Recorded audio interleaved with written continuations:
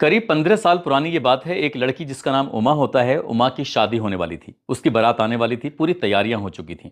इसी बीच में उसकी बड़ी बहन जिसका नाम बेबी होता है, बेबी अपनी बहन उमा को ढूंढ रही थी, तलाश कर रही थी, ताकि उसको ब्यूटी पार्लर लेके जा सके, उसको दुल्हन के रूप में तैयार करवा सके। जब वो उमा मिलती नहीं है तो बेबी परेशान हो जाती है। वो अपने पिता यानी कि पवन के पास जाती है, जाके पूछती है कि पिताजी, उमा दिखाई नहीं दे रही है, मुझे उसको ब्यूटी पार्लर लेके जाना है। वो कहते हैं कि बेटा तुम खुद ढूंढ लो, या फिर भैया से पूछ लो, मम्मी से पूछ लो, मैं बहुत बिजी हूँ, बारात आने वाली है, बस मुझे उसकी तैयारी में लगना है। इसी बीच में पिता तैयारी में लगा हुआ था। वो भाई के पास जाती है तो भाई अलग तैयारी में लगे हुए थे। देखते ही देखते कब बारात आ जाती है पता ही नहीं चलता, लेकिन उमा का कहीं भी कुछ अता पता नहीं चल रहा था। घर वालों के पास जब ये सूचना पहुंच जाती है कि उमा का कहीं भी अता पता नहीं चल रहा है, उधर बाराती आते हैं और बारात चढ़नी शुरू हो जाती है। इधर घराती थे जो खाना पीना में लगे हुए थे। जब देखते देखते वक्त आगे बढ़ रहा था, तब दुल्हन की जो पिता होते हैं वो इतना ज़्यादा परेशान हो जाते हैं। आखिरकार करें तो क्या करें। वो दूल्हे के पिता के पास जाते हैं, क्योंकि अब उस लड़की का स्टेज पर चढ़ने का वक्त आने वाला था। तभी वो जाते हैं और जाकर हाथ जोड़ के खड़े हो जाते हैं कि आप हमें माफ़ कर दीजिए, जो हमारी बेटी है उमा, वो अचानक से गायब हो गई है, लापता हो गई है। घर के हर एक सदस्य से पूछ लिया, जहां जहां उठती बैठती है वहां सब में पूछ लिया, लेकिन उसका कहीं अता पता नहीं चल पा रहा है। आखिरकार जो दूल्हे के पिता होते हैं वो कहते हैं कि परेशान मत हो, क्योंकि इस बीच में ये संकट की घड़ी है और इस बीच में फैसले लेना बहुत मुश्किल काम है। हम बिना दुल्हन के अगर घर जाएंगे तो हमारी बहुत बदनामी हो जाएगी। कोई ऐसा रास्ता निकालो जिससे क्या कोई बात ना खराब हो, ना आपकी ना हमारी।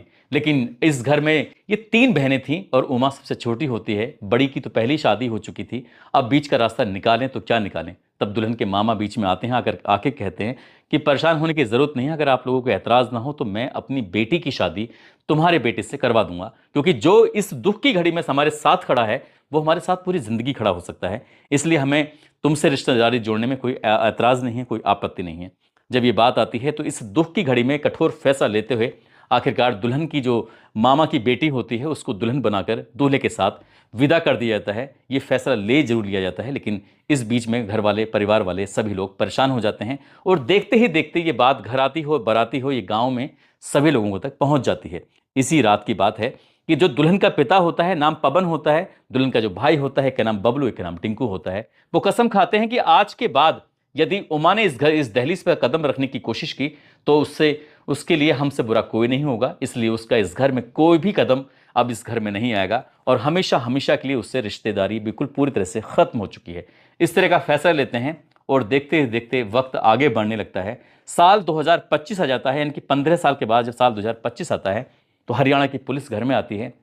घर आने के बाद इस परिवार से पूछती है कि क्या आप लोग उमा के परिवार वाले हैं, यानी कि पिता हैं, भाई हैं, माता हैं। सभी लोगों से बातचीत की जा रही थी। उनके पास एक सर होता है, उमा का सर, यानी कि उनकी जो खोपड़ी थी उसको लेके आए थे कि उमा अब इस दुनिया में रही नहीं है, उसका धड़ यानी कि उसका अंतिम संस्कार हो चुका है, लेकिन ये उसका सर है। जैसे ही घर वाले सर देखते हैं, घर वाले कहते हैं कि हमने तो 15 साल पहले ही उससे सारे रिश्ते नाते ख़त्म कर लिए थे, अब हमारा कुछ भी नहीं है। तभी इंसानियत के नाते गांव वाले, रिश्तेदार, परिवार के लोग कहते हैं कि इसका सर का ही अंतिम संस्कार कर दो। सर का अंतिम संस्कार जरूर कर दिया जाता है, लेकिन ये कहानी सोशल मीडिया पर बहुत तेजी के साथ वायरल हो जाती है। आज की इस कहानी के माध्यम से समझते हैं कि आखिरकार उमा की हत्या किसने की और क्यों की, इसके पीछे की पूरी कहानी क्या है। आदाब, नमस्कार, सत श्री अकाल। मैं उस्मान सैफी। आज की जो सच्ची घटना मैं आपको सुनाने जा रहा हूं, ये सच्ची घटना है हरियाणा प्रदेश का जिला है यमुनानगर, और यमुनानगर जिले का एक थाना लगता है प्रतापनगर। प्रतापनगर थाना क्षेत्र में एक जगह लगती है जगाधरी पावटी साहिब नेशनल हाईवे, और यहाँ का एक गांव लगता है जिसका नाम है बहादुरपुर। हाईवे यानी कि नेशनल हाईवे से महज 20 मीटर नीचे ही एक पॉपुलर की नर्सरी है, और पॉपुलर की जो नर्सरी है उस नर्सरी पर काम करने वाला एक व्यक्ति जिसका नाम विजय होता है। विजय उस पॉपुलर की नर्सरी में देखने के लिए गया था कि पौध बन के तैयार हो चुकी है, नहीं हो चुकी है, क्योंकि वो नर्सरी लगाता है। ये तारीख थी 7 दिसंबर 2025 की दोपहर लगभग 12:30 बजे के आसपास का वक्त हो रहा था। जैसे वो इधर से उधर खेत में घूम रहा था, पॉपुलर की नर्सरी देख रहा था, क्योंकि उसे वो नर्सरी खरीदनी थी। अचानक उसकी नज़र पड़ती है एक लाश पर। वहां पर एक लाश पड़ी हुई है। लाश को देखने के बाद वो थोड़ा डर जाता है, लेकिन इस बीच में वो हिम्मत से काम लेता है। उसको पास जाकर जब देखने की कोशिश कर रहा था तो बिना सर की वो लाश होती है, धड़ होता है, लेकिन उसके तन पर कोई कपड़ा नहीं था। देखकर साफ अंदाजा लगाया जा रहा था कि ये तो किसी महिला की लाश है। इसलिए उसने आसपास कुछ अपने स्तर से देखने की कोशिश की, और तुरंत ही तत्काल जो इस खेत का मालिक होता है जिसका नाम परमजीत होता है, विजय परमजीत को फोन लगाता है और कहता है कि साहब, यहाँ पर तुम्हारे खेत में एक लाश पड़ी हुई है, आप जल्दी से आ जाइए।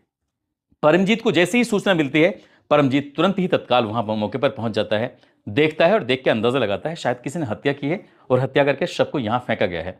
कौन है, क्या है, वो भी जानना चाहता था, लेकिन इस तरह से उस एकदम अचानक से ये सब जो हो गया है, तो परमजीत भी परेशान था, विजय भी परेशान था। तत्काल ही उन्होंने 112 नंबर पर फोन करते हैं और 12 नंबर फोन करने के बाद कहते हैं कि साहब कलेसर नेशनल पार्क जो है उसके पास में ही एक गांव लगता है, नाम है बहादुरपुर, और बहादुरपुर के पास एक पॉपुलर की नर्सरी है, आप वहां पे आ जाइए, दरअसल यहां पर एक लाश पड़ी हुई है।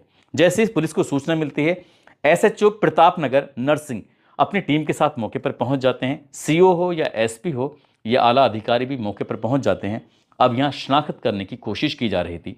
शव के पास ऐसी कोई वस्तु नहीं थी, ऐसी कोई चीज़ नहीं थी, ऐसी कोई शनाख्त करने वाली चीज़ नहीं थी जिससे कि ये पहचान सकें कि आखिरकार लाश किसकी है। लेकिन देखकर साफ अंदाज़ा लगाया जा रहा था, या तो 25 साल की उम्र होगी या 30 साल के आसपास की उम्र होगी, या थोड़ी बहुत ज़्यादा हो सकती है। शव को कब्जे में लिया जाता है, कब्जे में लेने के बाद उसको पोस्टमार्टम के लिए भेज दिया जाता है। जितने भी आसपास के जिले होते हैं, सभी आसपास के जिलों को एक सूचना दी जाती है कि इस तरह से एक अज्ञात लाश मिली है, उसकी शनाख्त के प्रयास करने में हमारी मदद करिए।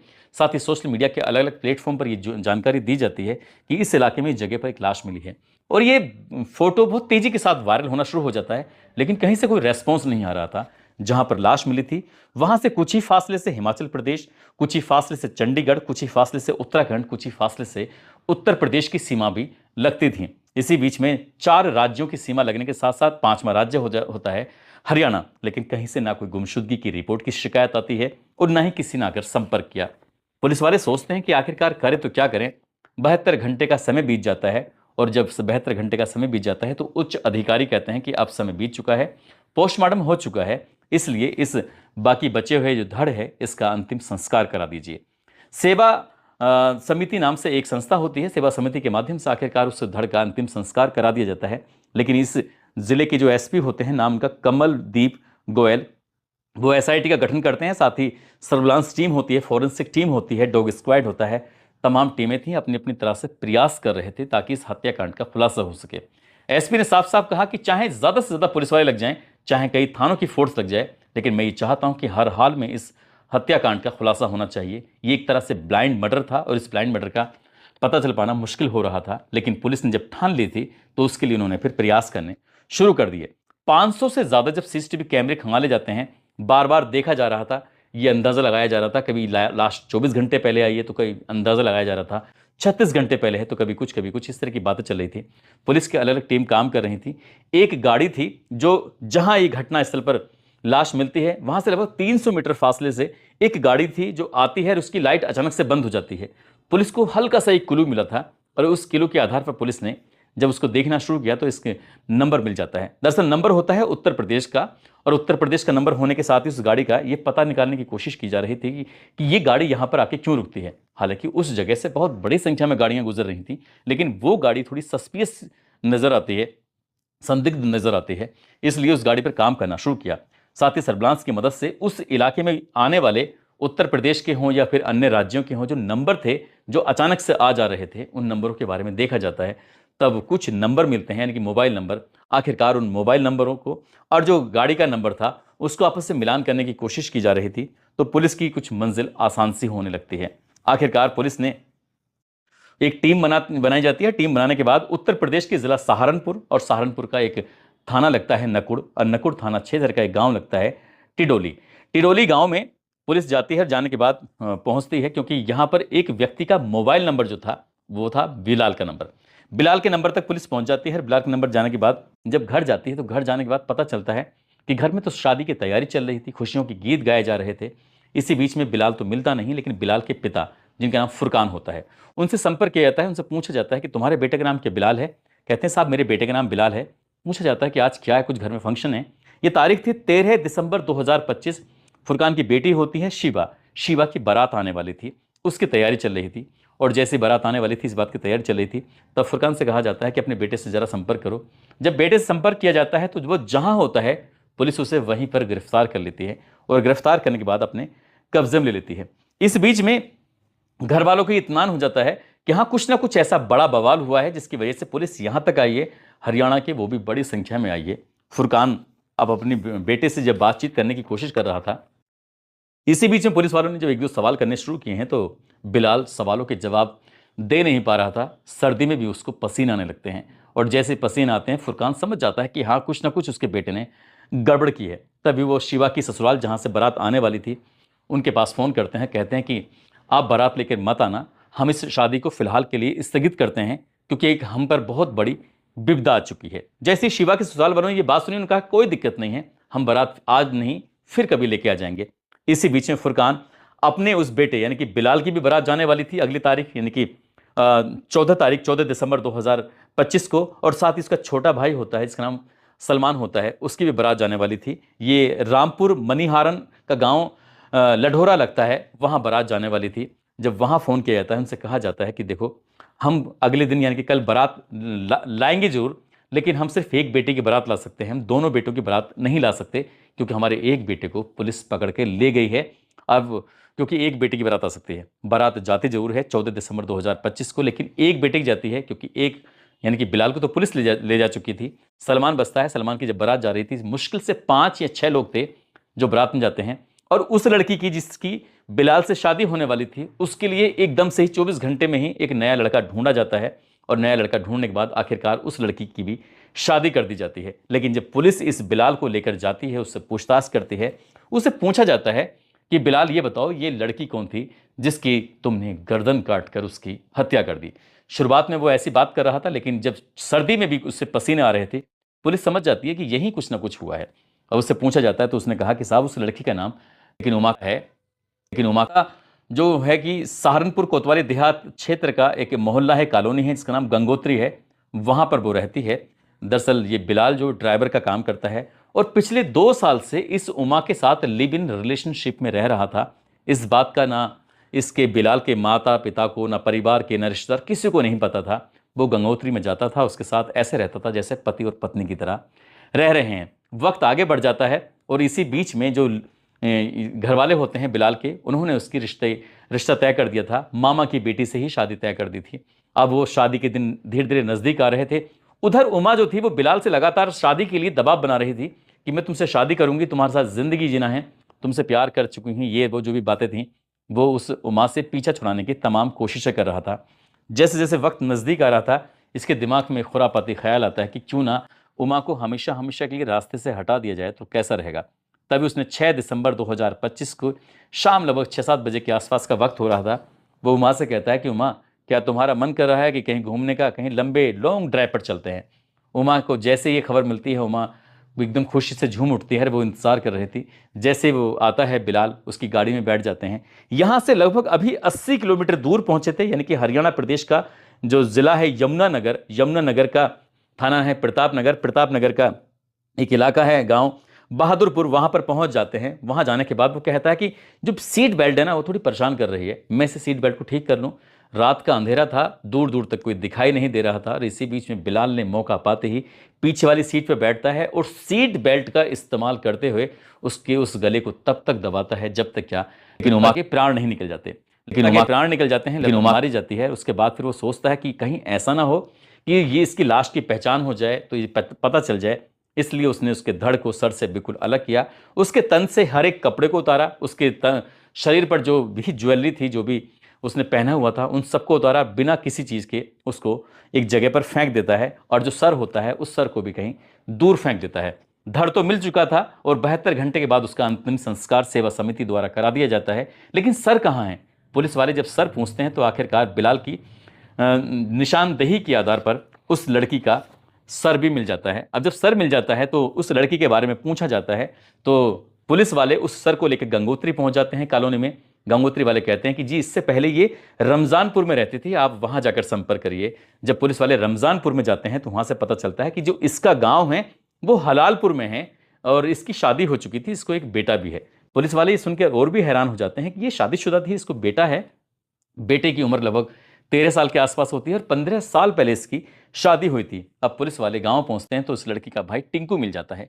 टिंकू से बातचीत की जाती है, तब टिंकू कहता है कि साहब हम मजदूर लोग हैं, बस खेती बाड़ी करते हैं, परिवार का ऐसे भरण पोषण होता है। करीब 15 साल पुरानी ये बात है, हमारी बहन यानी कि उमा की शादी हो रही थी, और उमा मौका पाते ही पास के ही रहने वाला एक लड़का जिसका नाम जोनी होता है, जो कि विकलांग होता है, पेशे से मजदूर था, रंगाई पुताई का वो काम किया करता था। उससे कब प्यार कर बैठती है हम लोगों को पता ही नहीं चलता। जिस दिन उसकी बारात आने वाली थी उसी दिन मौका पाते ही वो जोनी के साथ मौके से भाग जाती है। हमने उसको हर जगह तलाश करने की कोशिश की। वो रात उनके लिए बहुत भयानक रात थी, परेशान करने वाली रात थी, ना केवल लड़के वालों के लिए बल्कि लड़की वालों के लिए भी। इसी बीच में फैसला लिया जाता है और मामा की बेटी के साथ उस दूल्हे की शादी करा दी जाती है। उसी रात हमने फैसला ले लिया था कि हम अब उमा को कभी याद नहीं करेंगे। उमा से हमारा कोई वास्ता नहीं है, उमा से हमारा कोई रिश्ता, कोई नाता नहीं है। लेकिन वक्त बीत जाता है। पुलिस वाले जब उसका सर लेके पहुंचते हैं तो इंसानियत के नाते टिंकू ने उसके सबका जो शरीर था उसका पहले अंतिम संस्कार हो चुका था, लेकिन सर का उसका अंतिम संस्कार रिश्तेदारों के कहने पर आकर कर दिया जाता है। और जब उसके सर का अंतिम संस्कार होता है तब जाकर ये कहानी लोगों के सामने आती है। लोगों को यकीन नहीं हो रहा था कि आखिरकार ये सब ऐसा। फिर पुलिस जाती है उसके पति के पास जिसका नाम जॉनी होता है। जॉनी से पूछा जाता है कि जब तुम्हारी शादी हो गई थी, सब कुछ ठीक ठाक चल रहा था और वो तुमसे प्यार करती थी, तब तुमने उसे छोड़ा क्यों? वो कहता है कि साहब हम लोग यहाँ से जब गांव से भाग जाते हैं, बाहर रहते हैं, कुछ दिन रमजानपुर में रहे। रमजानपुर में रहने के बाद वो मुझसे अलग हो जाती है अब से 2 साल पहले। जबकि उसका बेटा है, ना वो बेटे से बातचीत करती थी ना वो मुझसे बातचीत करती थी। कब उसकी ज़िंदगी में बिलाल आ जाता है और बिलाल जैसे इसकी ज़िंदगी में आता है वो अपने बेटे और पति को भूल जाती है। मैं उससे बात करता था तो मुझसे वो बात भी नहीं करती थी और वो कहती थी कि अब तो बस तुम्हारे साथ नहीं रहना है, किसी के साथ भी रहूं। इसलिए उसने अपने पति को छोड़ा। राय दिन रोज घर में दंगा फसाद होता था, झगड़ा होता था।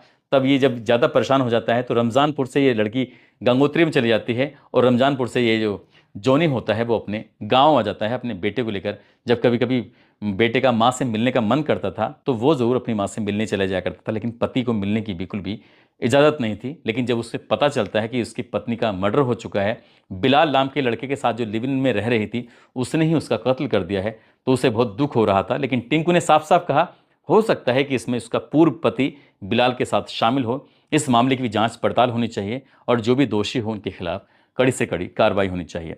दोस्तों, इस पूरे घटनाक्रम को सुनाने का उद्देश्य किसी को परेशान करना नहीं है, किसी का दिल दुखाना नहीं है, बल्कि आपको जागरूक करना है और आपको सचेत भी करना है। साथ ही हरियाणा पुलिस और ये जो पुलिस है नगर की, उस यमुना नगर की पुलिस ने वाकई काबिल तारीफ काम किया है। एक ब्लाइंड मर्डर को किस खूबसूरती से खुलासा किया है कि जो कातिल होता है बिलाल, ना केवल उसको पकड़ती है बल्कि उसका असली चेहरा भी सामने आता है।